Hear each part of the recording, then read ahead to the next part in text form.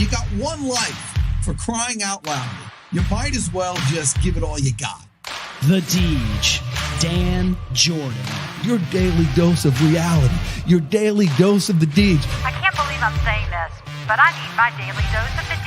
I make the news. I don't watch the news. I'm a leader. The Sales Energizer, Dan Jourdan. Listen, don't worry how to sell, baby. Worry about why people buy. And it's fun. You don't need a 5-hour energy. All you need is the Sales Energizer. Just when I think it's not going to be as fun as the one before, each one gets successfully better. What's the word I'm looking for? What's it going to take to get you into this car today, huh?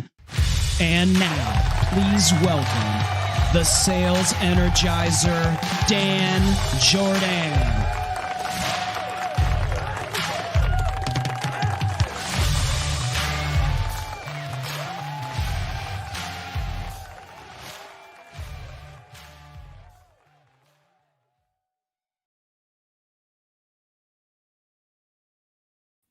Is killing me. Dang! The suspense is killing You're me. keeping me with smiling like a lunatic for 25 minutes.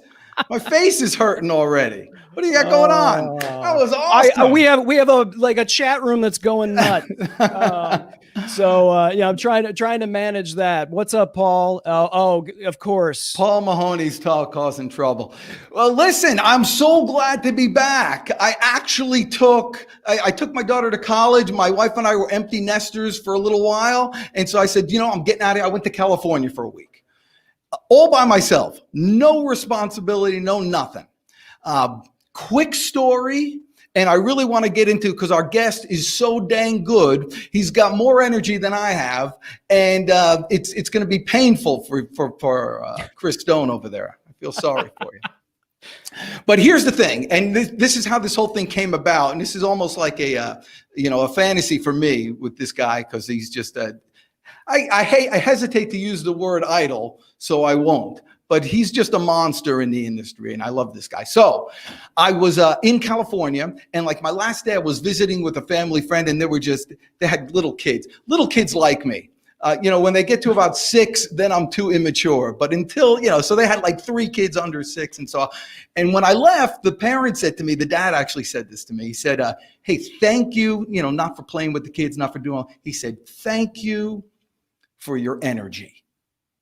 And I thought to myself, man, that's what it is. That's what your customers are buying. And I came back and I made a couple of videos on, cold calling with a bunch of energy. And who should call me but that person that I was thinking about earlier, Victor Antonio. And he wrote a little thing on LinkedIn, and he called me and says, dude, I love your energy. Keep it going. And so I immediately said, dude, you got to come on my show. We got to do that. And so I'm just excited. He's been kind of amazing. He's been one of those great speakers that goes, talks about sales training. He travels all over the country he's one of those high price speakers, the thing that everybody tries to get to. And of course, this whole virus came about, and he completely successfully transformed his business to give that same amount of energy online with his classes and with his courses that he's able to do in person, which is unbelievable, and only a few people on the planet can do it. And so I'm so excited to have him here and give us his wisdom. And so if you would introduce him, you could probably do a better job than me. Man, I'd be honored. So, ladies and gentlemen, would you please welcome international motivational keynote speaker, sales trainer, author of, is this right, 13 books on sales and motivation, recently launched the Sales Velocity Academy learning platform with over 500 videos. And get this, he's also the host of Spike TV's reality show, Life or Debt. Please welcome Mr. Victor Antonio. Eric, you got to put your arms in the air when you come on the show. Sorry about that. Okay, note to self. In the future, please do that with Deej. Yeah. Thank you guys for having me on the show. Really appreciate it. I did this just for you. Dan, I don't go out of my way for people, but I went out of my way for you. Here it is, man. Just for you, man. And that's true. And for you listeners out there, by the way, if you have any questions, go ask them for. But That's what a winner this guy is. He knows when you're in, he's stroking my ego when he's coming on my show. This is what salespeople do. When you present your proposals to your customers, man, don't put a lot about yourself. Put everything about them. I mean, how could you not like a guy like this? That's what I say. Well, listen, I want to ask you something. This is and not in regards to sales. We'll get into sales later, but you've managed to get to a point in the speaking world, in the sales training world, that other people just can kind of strive to get. And you're one of those people that up and coming speakers look at you and they say, crap, I could never do that. And they give up. But how did you, because I'm sure, when you first got started, you saw people and you said the same thing, but instead of backing off, you went forward. What's your story? How'd you get started in this gig? So, by the way, for anybody who's not motivated or gets demotivated when they see me, just go watch my first Toastmaster speech. I actually posted it online because it's so horrible, right? And I've gotten emails from people who said, man, you really stunk when you started. If you could do it, I could do it. It's like an inspiration for them. I don't think they realize they're insulting me when they say that, but that's okay.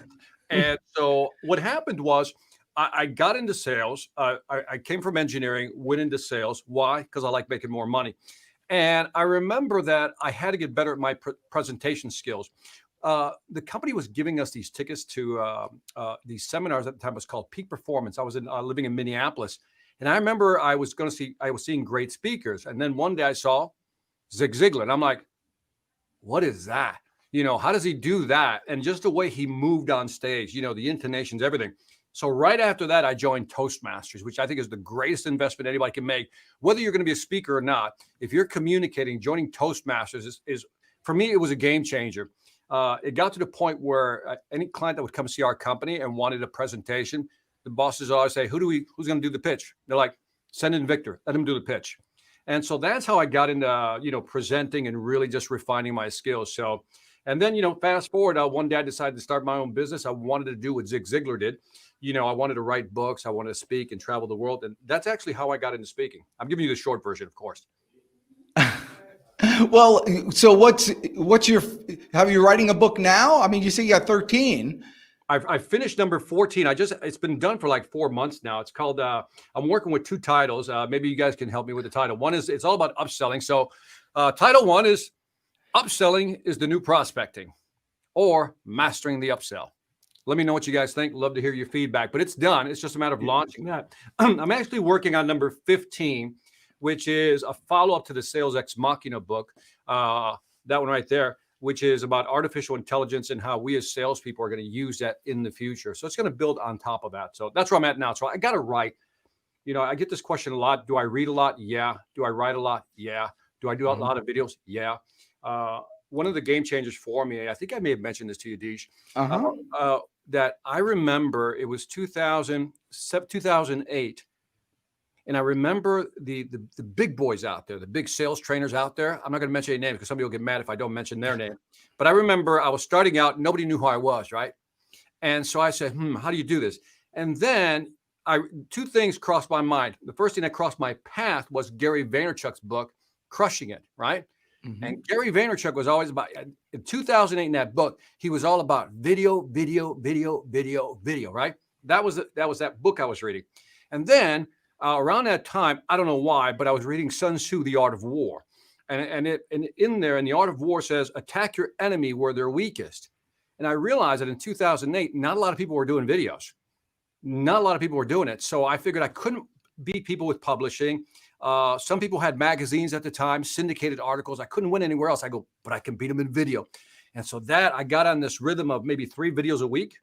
And so that's why, I think I probably had the second or third largest YouTube channels for salespeople online. I think it's either Grant Cardone or Brian Tracy, one of those 2. And then myself, we're almost at 200,000 subs on YouTube, but those guys are blowing me away. So I got to catch up to that. Yeah, they're going after. By the way, I want to emphasize that the video really helped my business grow but I was consistent. I was just banging the drum 3 times a week with another video. Well, you had told me at one time that, you don't really get to sell anymore. because by the time people actually call you up and ask about what's going on with you, they're 95% done. It's like they're calling up to find out if you're alive. Yep. And, if you answered, that'll work. It's funny. You remember this conversation because people will say, "What's your close rate?" I say, "Well, it's typically around 90%, if not higher."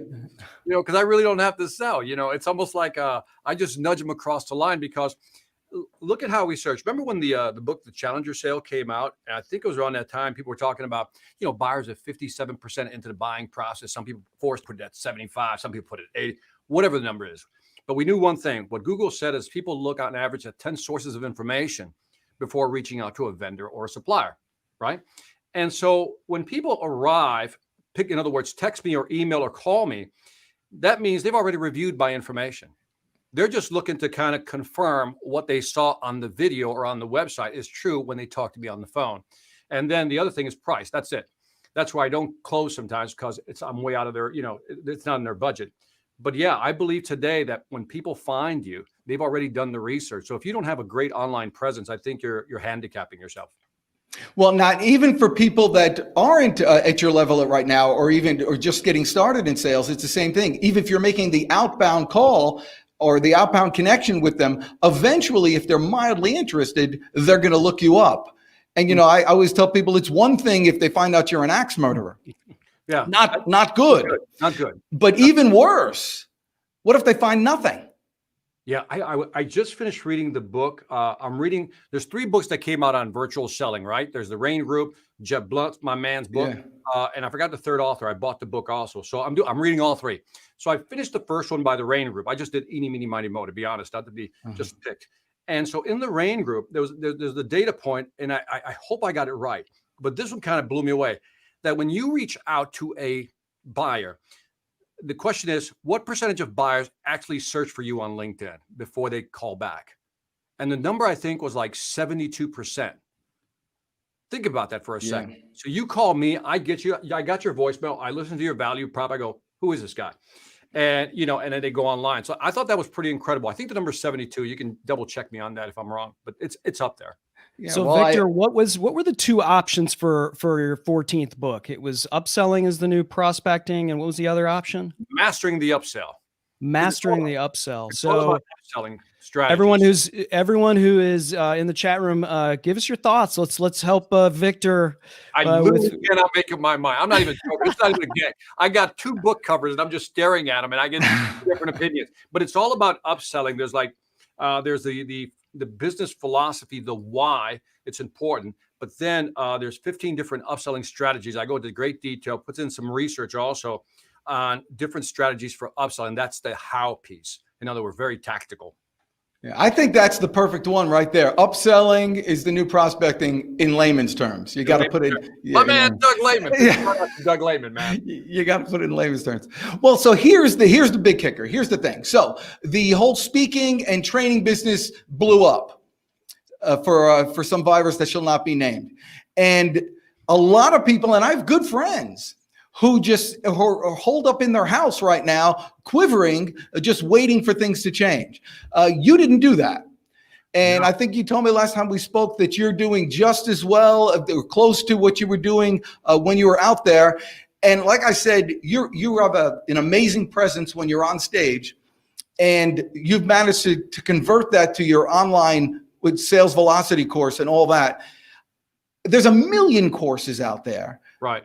How the heck do you get yours that people are, are not only willing to start, but willing to finish and stay with? Right.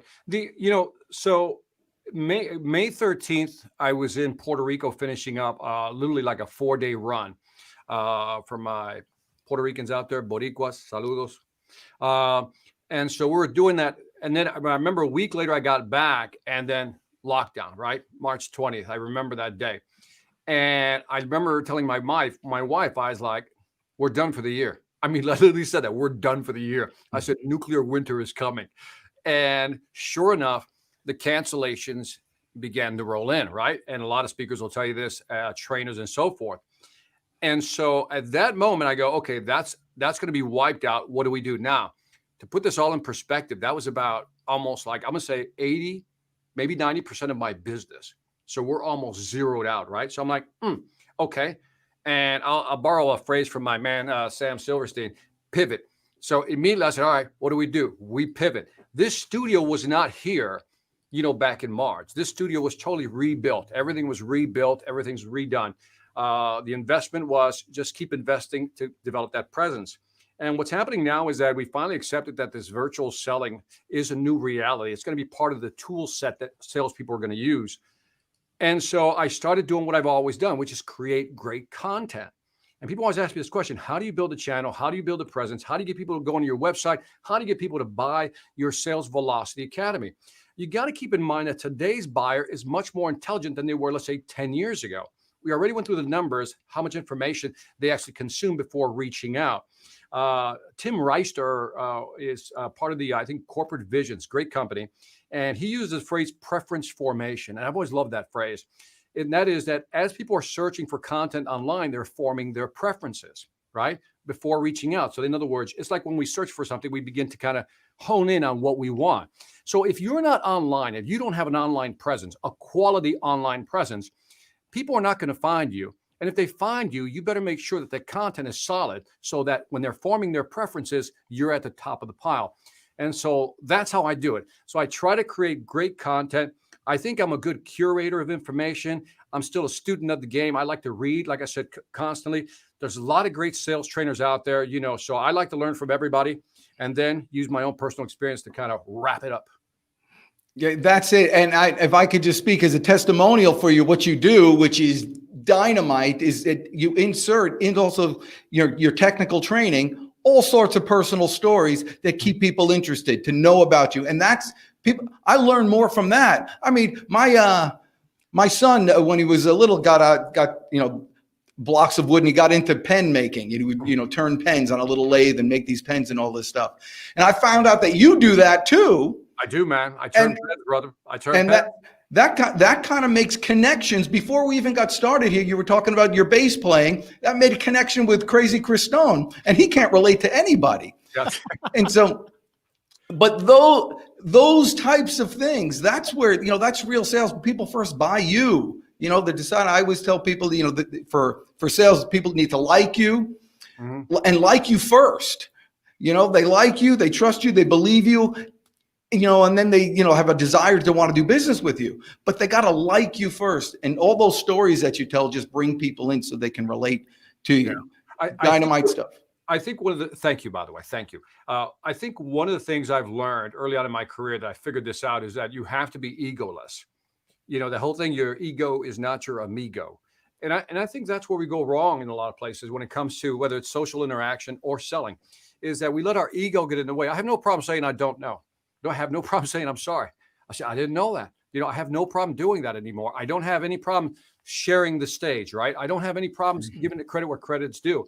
And I think that has helped me, because it took me a while. It's called maturity, right? It took me a while to get there. But once I got there and you shed that, for some reason, you can just be yourself. If you like me, great. If you don't, that's cool too. We can still be friends. You don't have to. I love that. I love that because it shows, vulnerability, right? And I think, that if you're not honest with someone, chances are it's going to come back around. And and being dishonest, you'll never be able to get that customer. So that's great. That's one of the things that was tough for me. That's easier now. Like I don't know what happened. I think it's just, you start thinking about life as you get older, you just get more wiser. You get wiser. And that is, I've learned to celebrate other people more. That's been big for me, but publicly though, you know what I mean? When somebody says, hey, I won this deal, part of my brain says, damn, I wish I would have won that deal. Right. But now my new brain says, dude, man, I celebrate that, because it's like, that's you. And you start looking at things from a point of view of abundance. And we know this, right? It's like logically, we know this stuff. Okay. Never be jealous, never be envious. There's enough for everybody. Point of view, abundance, right? But then when you see something and you didn't get it, you can feel that right here, the demon stirring, right? Type of thing. Yeah. And I learned when you you be at peace with yourself and just do it your way. And that's actually how I think I became a good speaker. I remember the day, if I could share the story, because this is one of those moments in my life. I decided to join the speaking business, right? Like quit. So May 9th, 2001, 3:48 p.m. to be exact, I quit corporate America. I was president of sales and marketing, $420 million company. My base salary was $250 plus commissions and everything with some crazy numbers and some stock options. Boss says, CEO says, you lose everything if you leave. I said, I got it. I understand, but I can't do this anymore. And I call that the quiet discontent. We all have a quiet discontent that builds and gets to the point where it can't be quiet anymore and you got to do your own thing. And so I decided to become a speaker. First 6 months, June to the end of the year, I made like $17,000. That's it, $17,000. Not a lot of money. Second year, I was still struggling. I made maybe like $56,000. Not a lot of money in the speaking business. And I remember driving, and I was going up to Valencia College in Orlando. I was driving from Miami, driving up to Orlando. And I remember driving. And I'm like, I'm not having any fun. I'm definitely not making the money I used to make. And then I remember Stephen Covey's 7 Habits of Highly Effective People. Remember that whole thing about the circle of influence? There's a circle of concern, things you can control. The circle of influence, you try to expand what you can control. I said, well, I can't control how much money I make. I can't control what people pay me. I can't control the market, but I can control how much fun I have from the stage. And that's when I made the decision to do it my way and just speak authentically my way. And either they're going to like it, as you're pointing out, Chris, or they're not going to like it. You know what I mean? It's just going to go. And that's when everything changed for me. It really did. I can't tell you how that changed everything. You know what I mean? And I'll give you one last example to really tie it down because I want to bring it to the present. So I have a live stream that I do called Sales After Dark, right? And I do it 3 times a week. And some videos get a lot of views. Some videos get not a lot of views. And people are like, why are you still doing it? I don't care. I'm having a good time with my streams. And I'm going to put my content out there. And that's me, man. So I think, if you feel something, you have to do it, just get it out there, man. And I don't know how this is going to work out. I got Pipe Drive as a sponsor already. That's a big plus. Got a couple of customers already, business building. By this time next year, I'll probably be at the same revenue level I was when I was traveling around the world. And so I'm on a good track and I'm pretty happy about that. But I'm encouraging people out there, man, you got to find a way to do it your way. I hate to get Frank Sinatra on you, but by the way, it's easier said than done. It really is. Deej, which is why I admire you, man. Because you just let it go. I'm like, this is crazy, man. The heck do I care? He's like, I got By the way, crazy recognizes crazy. Yeah. Well, I had a dad. One day I was having a bad day, and he comes to me. He said, my dad's a French Jewish guy. So when he talked to me, he had his little accent though. Danny, so what you doing? And so I tell him I was having a bad day. He goes, you having a bad day? I say, yeah. And then he goes, I was 13. I remember I was 13 at the time, and I guess he was saving this for when I was 13. He says, let me tell you about a bad day. And he went on to recount the story, how his dad got taken off the street and onto a cattle car and sent over to Auschwitz and put in the gas chamber, the whole thing. That's a bad day.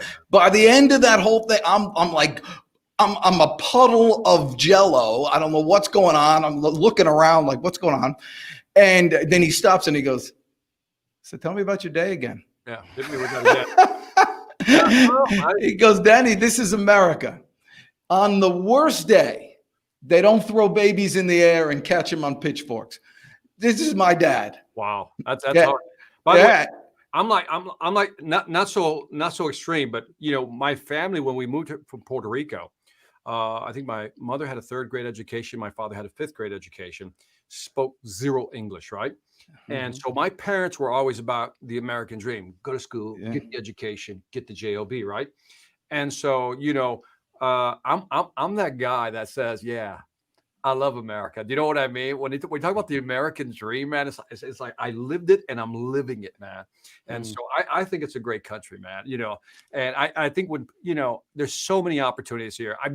I've traveled the world, and I think the biggest impact, something that impacted me greatly, was we lived 2 years in Argentina, and I saw what happens when you got just too much government pushing down on small businesses. Because I'm like a capitalist, man. I'm like a Milton Friedman, Ayn Rand, Adam Smith, Wealth of Nation, that guy, capitalist, right?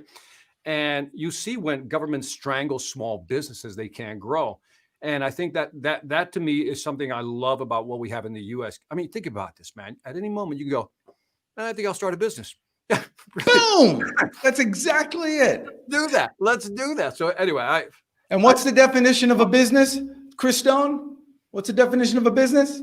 The definition of a business? What, like Merriam-Webster? I got to The Google that definition now. of a business is having a customer. That's why sales is the most important part of it. You could have everything else, but if you don't have a customer, you're dreaming. No, So but I mean, I think this is great perspective because you guys talking about, you're having a bad day and, what your father talks about. And of course, what's going on now, right? Everyone is just probably getting in their own minds a little bit too much, right? About what they can do. And, and so all of these things that they were supposed to learn before this thing happened, they never maybe got around to doing it or doing it really well. And they're thinking, well, maybe when we get to the other side of this thing, it'll go back to normal, or, things will go back to the way they were. Well, they're not. And at least things are going to be more, at least hybrid, if not completely virtual in a lot of cases. So Victor, I know you've spoken to a lot of people for the Sales Velocity Academy. And that's really what the core of that is teaching people how to do that. So we've got people that are in the chat and they're talking about things like putting together courses and doing webinars and things like that with suppliers. Self-promotion right there. Sales Velocity Academy right there. Always be branding, baby. Yeah, always be branding. It's interesting because I've seen a lot of upside to what's happening. And I'll go back to my engineering days, and I'd like to use this analogy with people. You remember if you have a wire hanger, right? Wire hanger. I was in a metallurgy class for my undergraduate, and I remember the instructor gave somebody a metal hanger, just a piece of wire, the straight part, and he says, bend the hanger. So the guy bends the hanger, right? The student bends the hanger. So he looks at it, shows it to the class. It's bent, right?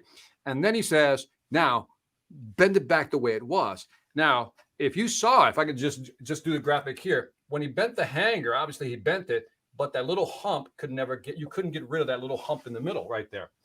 And what he said was, he says the bonds at that bent have realigned themselves. And that's why that bond right there, they're so strong right now, you'll never be able to straighten out that hanger again. You'll always have straight, little bump and then back straight. See, that's what we have in this new economy.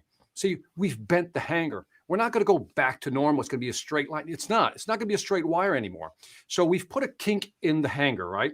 Which means that we have to learn to adjust. But I was thinking about this the other day, Chris, Dan, and that is, have we been on this track anyway? You know what I mean? Have we been on this track of going virtual anyway? And this remote selling. One study says 40% of jobs are not coming back. I believe it. I believe 40% of jobs are not coming back, not in the way they were defined before. They'll be transformed or displaced or eliminated, one of the three. But we have to retool ourselves. But sales was going in that direction anyway, if I can keep it on that topic, because if you think about it, what I said earlier, if 70, 80, whatever the number is, percent of people are going online to do searching, they were already going virtual already because they were searching for stuff virtually. Then they finally reached out. And what we're going to have is, and I think Jeb Blunt in his book, because I'm on his book now, he uses the word blended, like a blended technologies or omni-channel, take your pick for phrases. But I think what we're going to see is that we're going to now use virtual selling as a way of maybe accelerating the sales cycle, qualifying people early, whatever it may be. And we're going to have this blended thing because companies have realized that they can reduce their cost of sales and still be effective selling by going virtual. And now we're all accepting this, especially the baby boomers, as a new reality. I think that's a big mental shift in a good way. So let me ask a question. So how do you do that? The thing I like best about your program is that it's always fresh. It's always new. You're always coming up with new content. A lot of people say they're coming up with new content all the time, but you come up with new content like every week. And that's what kind of keeps it fresh and keeps my eyeballs coming. For people who want to do that, I mean, I understand you must have to, how do you get these ideas? Where do you go with it? Well, I think a lot of our personal experiences, right? I go to Best Buy. I got another story for yesterday. I went over to Guitar Center just to pick up some cables, and I got a story there. So there's personal experiences. I got people who I got to still close, the 5 to 10% I got to close over the phone. So I got those personal experiences. But also, there's so many great sales trainers out there and authors and people who do a lot of studies. I love, for example, I have a batch of websites I go to, like CSO Insights. Forrester is another one. And I'm trying to think of a couple off the top of my head. And it's always pressure when you got to think of it off the top of your head. But I got all these great websites that are actually doing the Rain Group, who did virtual selling. These are websites that are doing actual studies on the movements of what's going on, right, in the market. And so I like to think of myself as a reporter / curator of great content. And so like Corporate Visions, I mentioned them, another great company. So what I do is I track a lot of these companies that are doing a lot of great studies and research, and then try to pull it back, or I should say, try to tether it back down to earth, because some of these studies are so up here, they're about the what, not the how. That's the problem. A lot of this stuff is what. Well, we know what we need to do. Damn it. The problem is, how do you do it? Okay, here's what's going on. I got it, but how can I use that? So I like to look at my job as the person that tethers a lot of stuff to here's how you would use this. If you got that, here's how you would use that. And so in my podcast, the Sales Influence podcast, I always talk about finding the why and how people buy. And I came up with that phrase when I was studying neuroscience, literally 10 years ago, if not a little before that. Now everybody's talking about the reptilian brain and all that stuff. But 10 years ago, nobody was talking about it. Today, I think Sales Ex Machina, you can double check me. I think it's the first book on AI for the sales business, right? For the sales profession. And so I know already we've moved away from neuroscience. We're now in the AI industry. We're in the fourth industrial revolution right now. And so I like to curate all this content. I look at different applications. I have Technology Tuesday, which means I explore one new technology every Tuesday. And stuff like this forces me to figure out what's what. I don't want to be the old guy in the room, Dan, Chris. I don't want to be the old guy at disco. Still, that's not the way we did it back in the day. I don't want to be that guy. Right. Yeah. I love exactly you gotta be able to lean into this stuff and not be afraid of it. Great and phrase. Utilize it. And it's not for everyone, but you can't, to your point, you can't just sit back and expect. Chris, I'm gonna argue with you on this one. Chris, it is for everybody if you want it to be. But if you think that you can get away with not learning this stuff, then you got a shelf life. Might as well put a label expired soon on your head, because that's what's going to happen, right? So it's available to anybody who wants to learn this stuff. We live in an age where, my God, we have the internet, the largest repository of information in history, right? We got videos, we got podcasts. There is no reason that you shouldn't learn anything you want to learn. The thing is, remember, we always talked about skill and will, right? That's the two things, right? Skill and will. And so you can develop the skill, but the problem is a lot of people don't have the will. And I think that's what they're going to hurt. And again, that's right. Well, you know what? It's not just learning it; it's applying it. The real sale, like you're in the shower in the morning thinking about your day. What am I going to actually? I'm in the shower. I'm thinking about what's going on. I get out of there. I forget if I washed my hair. I've done that. Then you come back and you're like, I don't know, did I brush my teeth today? You don't know what's going on. You're thinking about the whole day. I guess for me, like when I read content, I'm reading, I do a lot of active reading because I'm having this inner dialogue with myself. I go, crap won't work. I don't believe that. Okay, that maybe in a very narrow niche will that work. And so, like I said, for me, I think the joy is finding those little nuggets. Like even just like, again, the data point, whatever the data right number is, when the Rain Group said, 72% of actual buyers look up a seller on LinkedIn. I'm like, really? I never thought it would be that high. And so these are data points I store. So I tell people, if you want to be successful in a niche, you just got to try to be the best in that niche. I'm not saying I'm the best. In fact, I don't want to be the best. I want to learn from other people who are the best so I can just, learn from them. So I think, but it's that consistency, man, persistence, consistency, man. You got to keep chopping, man, because it's a great profession. I love sales. It's a great profession. Yeah, it's all. Now I love putting stuff to use, even if I think it's not going to work. I'll try anything because it's kind of fun. In fact, I use one of your lines.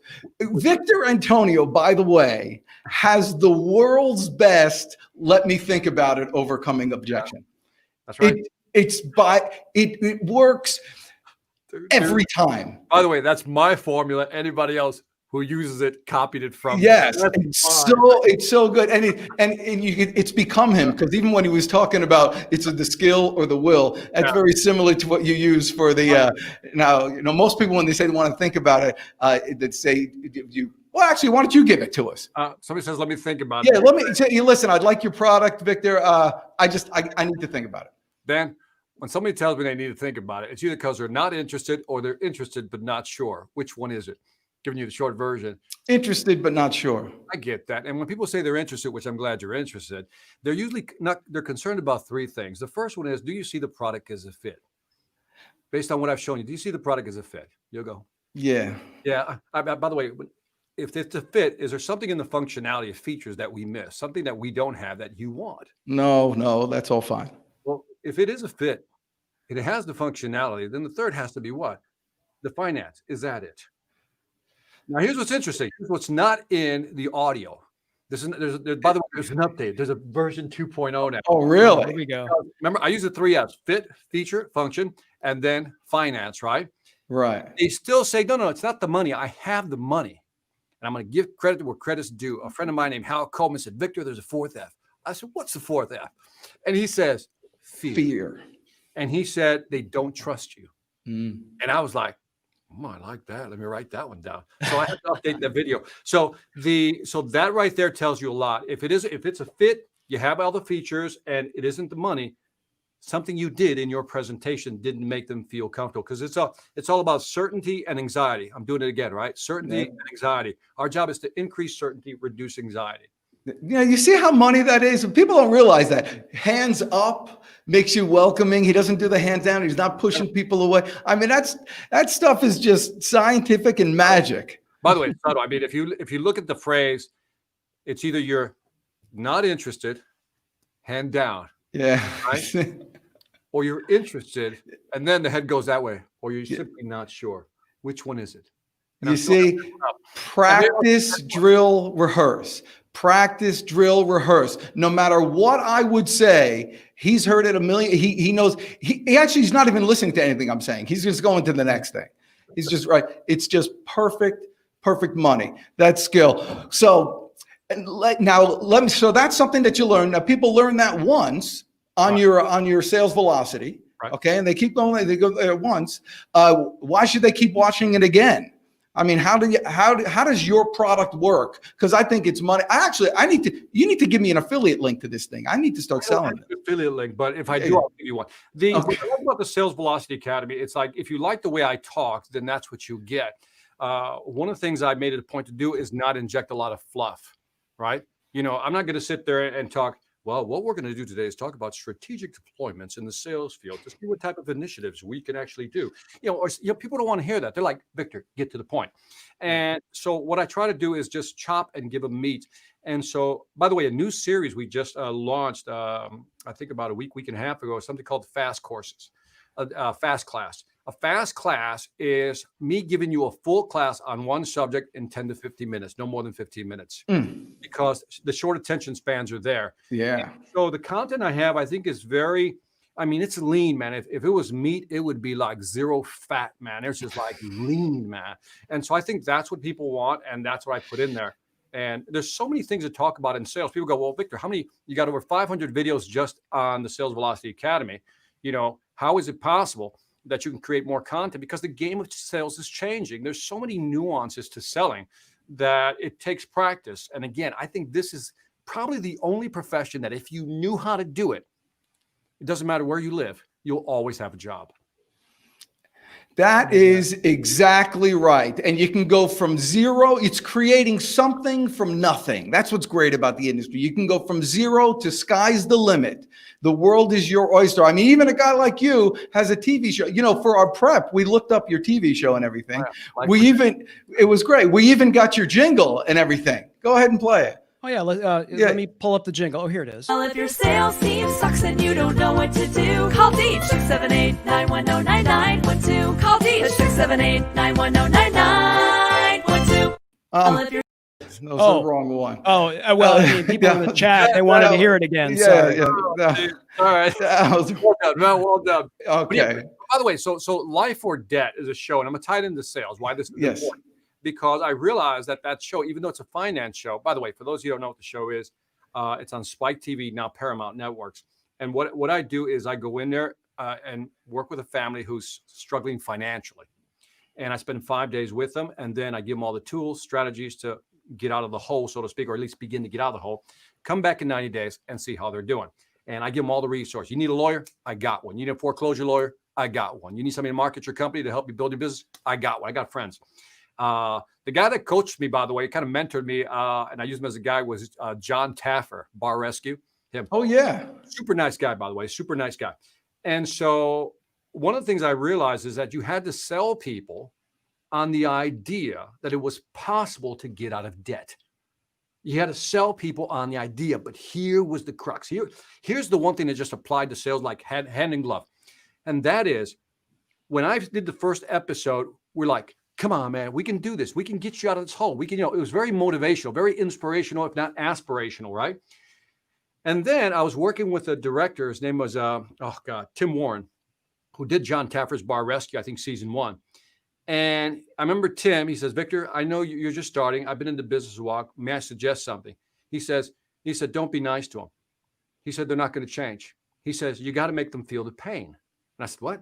He says, you got to make them feel the pain. Unless you hit them in the gut, he said, unless you hit them in the gut hard, they're not going to change. And so in the second episode, we went for the gut. We would do things to these families. You got to see it's a full season. You got to see some of these episodes. They're pretty brutal. But when they felt the pain is when they made the shift. Isn't that like selling in general? See, the customer will know that they're losing money. They have revenue leakage and they know that. But it isn't until you go in there and just really dig into it, really show them where they're losing money, where they're losing revenue, where they're losing market share, and you don't stop till they tap us. All right, I got it, Victor. We're losing money, right? And that's how it was with the show. And I saw a totally different side of people once. And I had to get in their faces. By the way, it was so bad that by the 4th episode, they hired a bodyguard to be on set with me. Every husband, including the wives, wanted to kick my butt. You should watch the episode. So they're really We good. definitely will. Very, very interesting show, man. Yeah, the whole season. Well, that's awesome. I can't tell you how much I appreciate you coming on this show. Thank I've you, learned so much from you, and we got to do something live together. We're going to do something live. I'm going to hook it up. Chris Stone's going to promote it. We're going to be hey, listen. I mean, if Chris, Hey, let me check. Hang on, Vic. Let me check my calendar. We'll get Hal Coleman. We'll get the whole crew. We'll knock it out here. But I appreciate it. And listen, for all you listening out there, sales is absolutely the best business in the world. It's the only business you could start from zero and go somewhere. You could start from nothing and make something. And you probably heard this story from my dad before, but it's just so good right now. When I was graduating high school, my dad said, Danny, what are you going to do? And I said, told him I'd get some a job. He says, you do what you want, but remember this. He says, Danny, in this country, you get a job, you'll have one customer, and he's called a boss. And if he gets a wild hair up his rear end and decides to fire you, you got nothing. But Danny, if you're a salesman, well, then you have 100 bosses, but they're called customers. And if one of them fires you, who cares? You got 99 more. Awesome. You see, sales is not about getting a job. You learn how to earn an income. So like Victor says, you could drop me off anywhere in a desert with nobody. I'll figure out how to do something. That's the skill that you have. And that's the business. I want to remind people that we're the only profession that is a walking profit center. We're the only, everybody else is a cost. We're revenue generators. Everybody else is a cost. Marketing costs, lawyers costs, building costs, capital costs, salespeople, revenue profit center. And I think we need to remember that. But also, if I can, finalize with this note. Finalize, make them big, Chris Stone. He's about to finalize. Because one of the things we do is we don't just sell a product or a service. We're selling value. I always say we're value merchants, right? And when I sell my training services or product, whatever it may be, I'm helping a company grow. That company has, let's say, 100 employees. So I'm helping those 100 people stay in business. Those 100 people have families, maybe 2 to 3 people per, right? So that means I may be helping 300 to 400 people. They then pay me. I'm with the company. They help my company, and we have people with families. So that, to me, is the ultimate equation. Ayn Rand said, true capitalism is value for value. And as long as you have that equation, you should love being in sales. It is a noble profession. Amen. Everybody out there needs to go to a Sales Velocity right now, the Academy, get that stuff going and start your career from here. Victor, you're the best. You guys are awesome. I'm the Deej. Go get them today, will you?